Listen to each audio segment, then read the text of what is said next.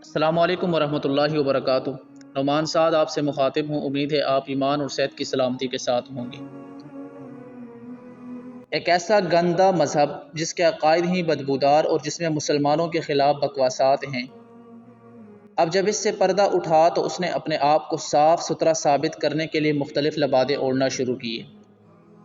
اپنے آپ کو مسلمان ثابت کرانے کے لیے بہت سی چالیں چلنا شروع کی۔ پھر دونوں فریق کو یعنی مسلمانوں کو اور کفار کو بھائی بھائی کا راگ الاپنے اور وحدت امت کے نام سے چورن بیچنا شروع کر دیا۔ مگر گند تھا، چھپ نہیں سکتا تھا۔ اب جب ناموس صحابہ و اہل بیت بل کی بات آئی تو بہت سے بلے بلوں سے نکلنے لگے۔ اپنے آپ کو محب اہل بیت کہنے ہی والے ناموس صحابہ و اہل بیت بل سے ہی پریشان ہونے لگے۔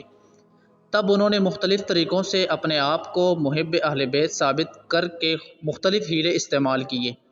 پوڈ کاسٹ پروگرامات میں کافی حد تک یہ سلسلہ چلتا رہا، لیکن اب میں آپ کے علم میں بہت ضروری اور بہت بڑی بات لانا چاہتا ہوں کہ ایک ڈرامہ جو بہت جلد ہی اردو فلیکس پر ریلیز ہونے والا ہے، فرقہ عشق کے نام سے موسوم ہے۔ اس ڈرامہ میں کاسٹ مین ناپاک جسارت کرنے والے ارسلان نصیر اور ہبہ بخاری ہیں۔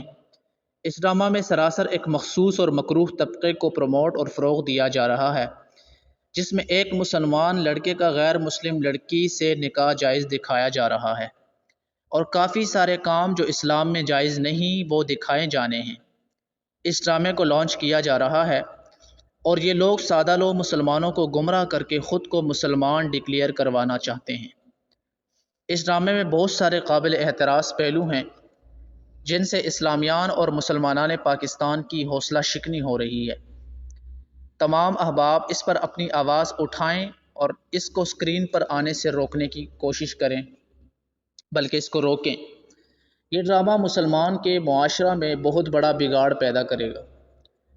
اسے روکا جائے اور ایسی ناپاک جسارت کرنے والے مرکزی کردار اور اس کے حامیوں کو سزائیں دی جائیں، تاکہ ایسا نہ ہو کہ جس اجکے کا جی چاہے جب چاہے کوئی نیا مشغلہ بنا لے۔